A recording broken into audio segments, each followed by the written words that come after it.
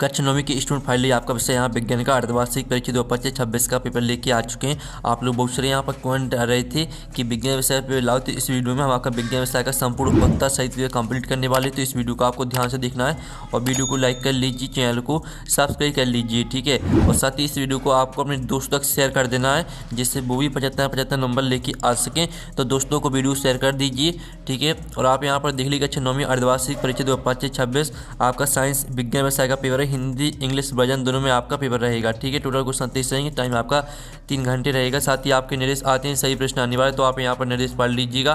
तो चलिए आपका जो विज्ञान विषय का पेपर है वो देख लेते हैं। तो आपको ध्यान से देखना और पूरा पेपर को अच्छे से यहाँ पर याद करना है, ठीक है। तो आप लोग वीडियो को लाइक जरूर कर लीजिए और चैनल को भी सब्सक्राइब कर लीजिए, ठीक है। तो आपके पहले तो यहाँ पर आते हैं सही विकल्प, जो कि आपके यहाँ पर 6 नंबर के रहने वाले हैं। तो आपको यहाँ पर ध्यान से देखना हो आप लोग, ठीक है। इस वीडियो को अपने दोस्तों तक जरूर शेयर कर दीजिएगा। तो आपके पहले तो यहाँ पर सही विकल्प आते हैं, जो कि 6 नंबर के रहेंगे, ठीक है। आप यहाँ पर देख लीजिए पदार्थ की कितनी अवस्थाएं होती है आपको बताना है। तो आपका आ ऑप्शन 2 दिया गया, बा ऑप्शन आपका 3 दिया गया, सा ऑप्शन आपका 4 दिया गया, दा ऑप्शन 5 दिया गया। तो पदार्थ की कितनी अवस्थाएं होती हैं, तो पदार्थ की आपकी 3 अवस्थाएं होती हैं, ठोस, द्रव, गैस, ठीक है। फिर आपका दूसरा था कोशिका का बिजली घर किससे कहते हैं, तो आपका था लाइसोम, बा था माइटोकॉन्ड्रिया, सा था गोल्गी उपकरण और दा था केंद्रक। तो कोशिका का बिजली घर कहते हैं माइटोकॉन्ड्रिया को, ठीक है। फिर आपके यहाँ पर तीसरा देख लेते, तीसरा आपका आता निम्नलिखित में से, ठीक है, निम्नलिखित में से कौन से एक रासायनिक परिवर्तन नहीं है, परिवर्तन है।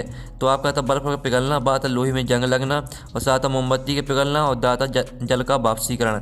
तो जो आपके यहाँ पर दिया गया निम्न में से कौन सा एक रासायनिक परिवर्तन है, तो इसका राइट आंसर आपका यहाँ पर हो जाएगा लोहे में जंग लगना।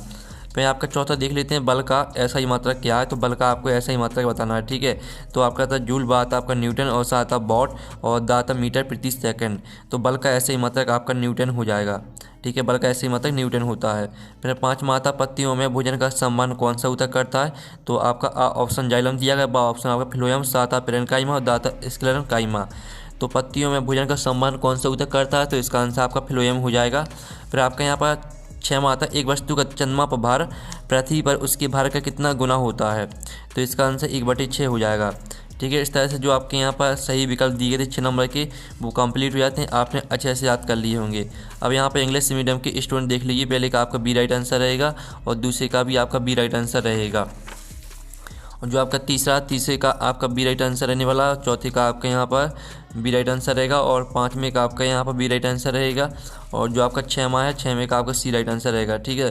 तो यहाँ पर इंग्लिश मीडियम के स्टूडेंट ध्यान से देख लीजिए, ठीक है। हमने इंग्लिश मीडियम के स्टूडेंट के लिए यहाँ पर बता दिया है। अब चलिए प्रश्न आपका यहाँ पर 2 देख लेते हैं, रिक्त स्थान की पूर्ति की, जो कि 6 नंबर के रहेंगे।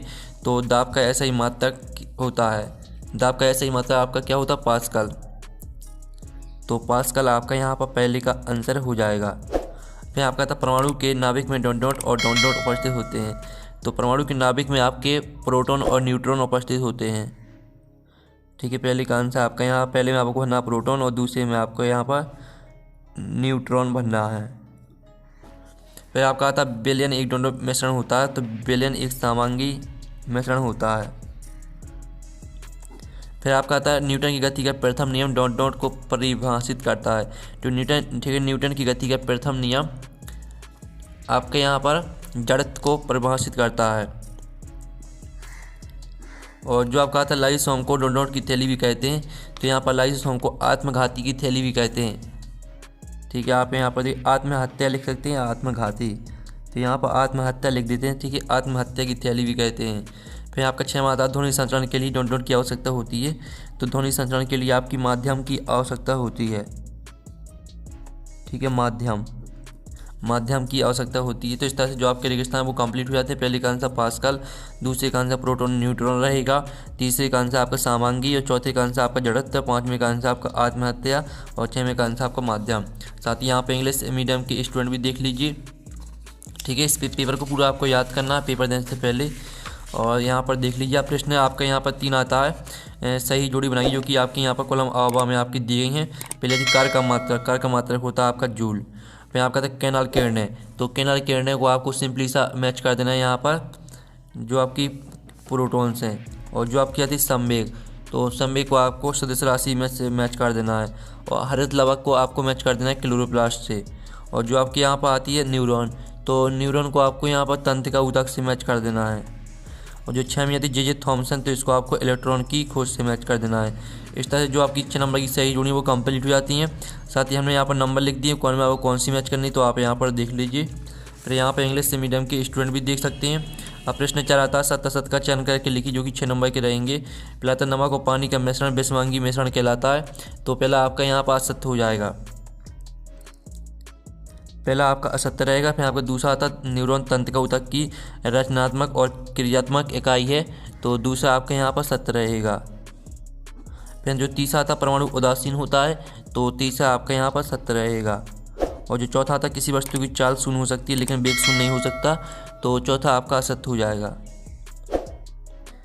फिर पांचवा आता किसी वस्तु पर किया गया कार्य ऋणात्मक हो सकता है, तो आपका यह सत्य रहेगा। फिर छठवां आता कोशिका भित्ति जंतु कोशिका में अनुपस्थित होती है, तो आपका यह भी सत्य रहेगा। ठीक है, इस तरह से जो आपकी 70 सत्य वो कंप्लीट हो जाते हैं।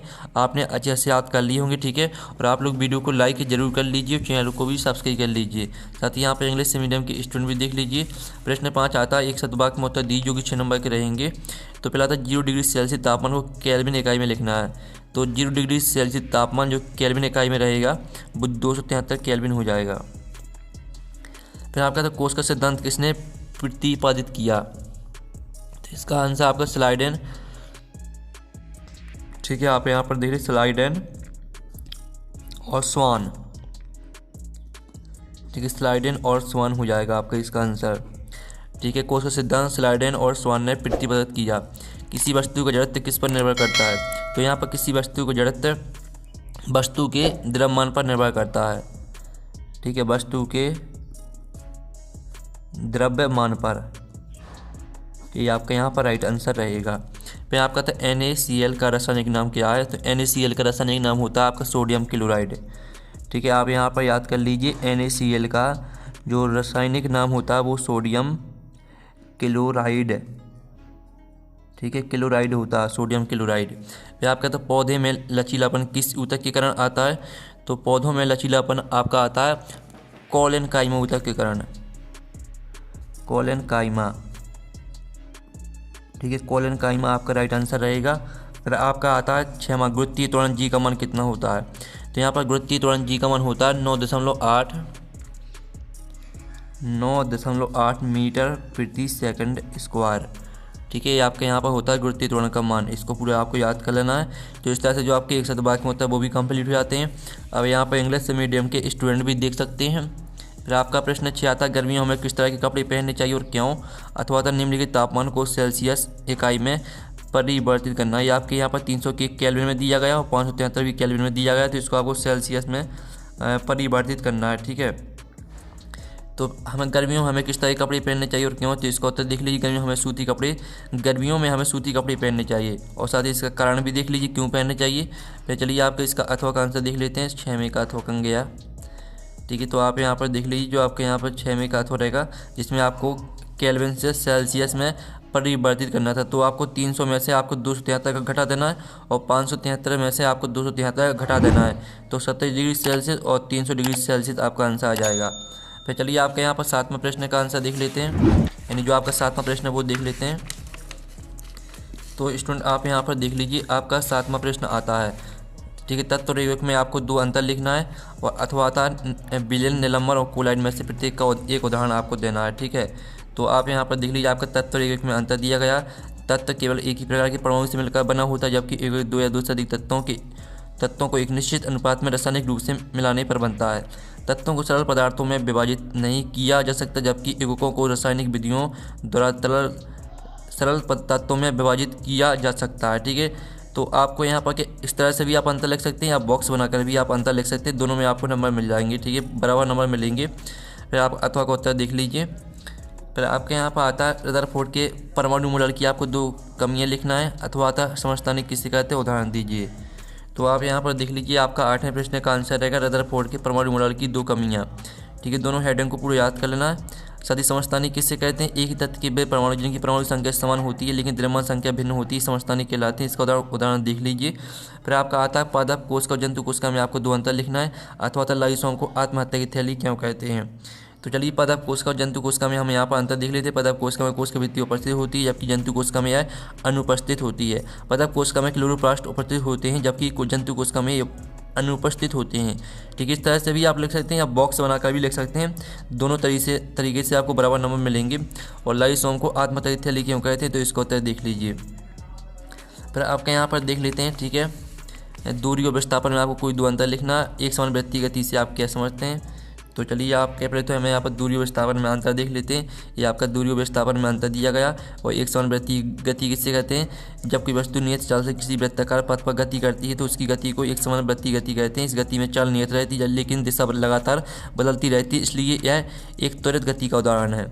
ठीक है, इस तरह से आपका आंसर रहेगा। फिर आपका था घर्षण को कम करने की कोई दो उपाय लिखिए अथवा था संवेग संरक्षण का नियम लिखिए। तो आप पहले तो यहाँ पर देख लीजिए घर्षण के आपको कम करने के दो उपाय, पहला और दूसरा। तो ये दोनों हेडन को पूरा याद कर लेना है। और संवेग संरक्षण का नियम लिखिए, जब दो या दो से अधिक वस्तुएं एक दूसरे पर बल लगाती हैं, यदि उन पर कोई बाहरी असंतुलित बल कर नहीं कर रहा हो तो टक्कर से पहले और टक्कर के बाद उनका कुल संवेग अपरिवर्तित रहता है। ये आपको उत्तर हो जाएगा।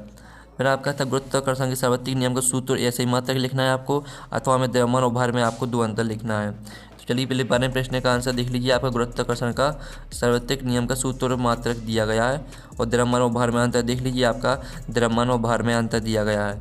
फिर आपका यहाँ पर आता मुक्त पतन क्या है। ठीक है, इसका जो अथ वाला प्रश्न वो देख लेते हैं। ठीक है, गुरुत्वीय त्वरण जी और गुरुत्वाकर्षण का सार्वत्रिक नियम नियतांक जी में कोई आपको दो अंतर लिखना है। तो पहले तो मुक्त पतन क्या है, इसका उत्तर देख लीजिए। ये आपका मुक्त पतन दिया गया है। और गुरुत्वीय त्वरण जी और गुरुत्वाकर्षण सार्वत्रिक नियतांक जी में आपको दो अंतर लिखना था, तो ये आपका अंतर दिया गया है। फिर आपका आता शक्ति को परिभाषित कीजिए, इसका ऐसे ही मात्रक लिखिए। अथवा क्रिकेट का खिलाड़ी कैच लपकते समय अपने हाथों को पीछे क्यों खींचता है। तो आप 14वें प्रश्न का आंसर देख लीजिए। शक्ति परिभाषा रहेगी, कार्य करने की दर को शक्ति कहते हैं। शक्ति का सूत्र होता है शक्ति बराबर कार्य बटे समय, और शक्ति का ऐसे ही मात्रक होता है वॉट। साथ ही आप अथवा का उत्तर देख लीजिए। फिर आपका था माइटोकॉन्ड्रिया के आपको यहाँ पर दो कार्य लिखने हैं। और अथवा तक कोशिका को जीवन की संरचनात्मक एवं कार्यात्मक इकाई क्यों कहते हैं। तो आप यहाँ पर देख लीजिए माइटोकॉन्ड्रिया के आपके दो कार्य, साथ ही कोशिका को जीवन की संरचनात्मक एवं कार्यात्मक इकाई क्यों कहते हैं। तो दोनों हेडिंग को पूरा याद कर लेना है। ठीक है, फिर आपका यहाँ पर आता है पेरेन्काइमा ऊतक के आपको दो मुख्य कार्य लिखने हैं। अथवा में सरल अस्थायी ऊतक क्या है, इसके कोई दो उदाहरण दीजिए। तो चलिए हमें यहाँ पर देख लेते हैं। आपके पेरेन्काइमा ऊतक के दो कार्य, भोजन भंडारण, गैसों का आदान प्रदान, दोनों हेडिंग को पूरा याद करना है। और सरल अस्थायी ऊतक क्या है, इसके आपको दो कार्य लिखना है, तो इसका उत्तर भी देख लीजिए। फिर आपका यहाँ पर आता है 17वां, एक वस्तु 16 मीटर की दूरी 4 सेकंड में तय करती वस्तु की चाल ज्ञात करना है। अथवा जड़त्व क्या है या कितने प्रकार का होता है। तो आपको यहाँ पर चाल किस तरह से निकालनी है, आप यहाँ पर देख लीजिए। चाल का सूत्र लगा दें, दूरी बटी समय, दूरी आपकी 16 सेंटीमीटर, वो 16 मीटर, और आपकी समय 4 सेकंड दिया गया। 4 का भाग 16 में देंगे तो 4 मीटर प्रति सेकंड आपका आंसर आ जाएगा। और जड़त्व क्या है कितने प्रकार का होता है, तो इसका उत्तर भी देख लीजिए। फिर आपका था परमाणु आयन में आपको कोई तीन अंतर लिखना है। और अथवा निम्नलिखित के रासायनिक सूत्र लिखिए, मैग्नीशियम क्लोराइड, कैल्शियम ऑक्साइड और सोडियम नाइट्रेट। तो पहले तो परमाणु आयन में अंतर देख लीजिए। ये आपका परमाणु आयन में अंतर यहाँ पर दिया गया है। फिर आप यहाँ पर फिर से देख लीजिए, परमाणु आयन में अंतर दिया गया। फिर आपका आता है जिसके आपको सूत्र लिखने थे, मैग्नीशियम क्लोराइड का सूत्र हो जाएगा MgCl2, कैल्शियम ऑक्साइड का सूत्र हो जाएगा CaO, और सोडियम नाइट्रेट का सूत्र आपका NaNO3 हो जाएगा। ठीक है, फिर आपका था पादप कोशिका जंतु कोशिका में आपको तीन अंतर लिखना है 19वें प्रश्न में। और आपका अथवा था जाइलम और फ्लोएम के कार्यों में तीन अंतर लिखना है। तो आप यहाँ पर देख लीजिए, आपका पादप कोशिका और जंतु कोशिका में यहाँ पर अंतर दिया गया है। पादप कोशिका में उपस्थित होती है, जंतु कोशिका में अनुपस्थित होती है। जो आपकी कोशिका भित्ति है वो पादप कोशिका में उपस्थित होती है, जंतु कोशिका में अनुपस्थित होती है। रिक्तिका पादप कोशिका में एक बड़ी केंद्रीय रिक्तिका होती है, जंतु कोशिका में या तो छोटी होती है या अनुपस्थित होती है। इसी तरह से तीसरा पॉइंट भी याद कर लेना है आपको। और जाइलम और फ्लोएम में भी अंतर देख लीजिए। फिर आपका आता है न्यूटन गति का प्रथम नियम, उदाहरण सहित समझाइए। अथवा आता है एक गेंद जमीन पर लुढ़कने के कुछ देर बाद रुक जाती है, इस घटना को बल और गति के नियमों के आधार पर स्पष्ट कीजिए। तो चलिए आपका 20वें प्रश्न का उत्तर देख लेते हैं। तो ये आपका 20वें प्रश्न का आंसर रहेगा। साथ ही आपका 20वें की अथवा का आंसर रहने वाला, तो इसका भी आप यहाँ पर स्क्रीनशॉट ले लीजिए। फिर आपका यहाँ पर आता है गुरुत्वाकर्षण के सार्वत्रिक नियम का महत्व समझाइए। अथवा आता है निम्नलिखित तापमान को केल्विन इकाई में परिवर्तित करना है आपको। ये आपके सेल्सियस में दिए गए हैं मान, ठीक है, यानी ताप, तो इनको आपको केल्विन में परिवर्तित करना है। पहले तो आप गुरुत्वाकर्षण के सार्वत्रिक नियम के महत्व देख लीजिए। चारों महत्व दिए गए हैं, चारों महत्व को पूरे याद कर लेना। साथ ही आप यहाँ पर देख लीजिए सभी में आपको 273 जोड़ देना है सभी में। तो 300 की आपका पहले का आंसर आएगा, दूसरे का आंसर आपको 640 किया जाएगा और तीसरे का आंसर आपका 373 केल्विन आ जाएगा और चौथे का आंसर आपका 273 केल्विन आ जाएगा। ठीक है, सभी में आपको 273 जोड़ देना है। 22 मात्रा पादप कोशिका का स्वच्छ नामांकित चित्र बनाइए अथवा तक जंतु कोशिका का एक स्वच्छ नामांकित चित्र बनाना है आपको। तो ये आपका पादप कोशिका का नामांकित चित्र दिया गया है, साथ ही जंतु कोशिका का नामांकित चित्र देख लीजिए। फिर आपका 23वां आता है, 23वां प्रश्न आप पढ़ लीजिएगा, हम डायरेक्ट इनके आंसर आपको बता देते हैं। तो चलिए आपका ये 23वें प्रश्न का आंसर देख लीजिए। आपका पूरा 23वें प्रश्न का आंसर यहाँ पर दिया गया है और ये आपका 23वें के अथवा का आंसर दिया गया है। ठीक है, इस तरह से जो आपका पेपर है वो कंप्लीट हो जाता है। और पेपर का आप PDF यहाँ पर डाउनलोड करना चाहते हैं, PDF मिल जाएगा आपको टेलीग्राम में, और टेलीग्राम ग्रुप की लिंक वीडियो के डिस्क्रिप्शन दी रखी है, तो आपको ग्रुप ज्वाइन कर लेना और आपको वहाँ पर PDF मिल जाएगा। तो हम नेक्स्ट वीडियो में मिलते हैं। Thanks for watching.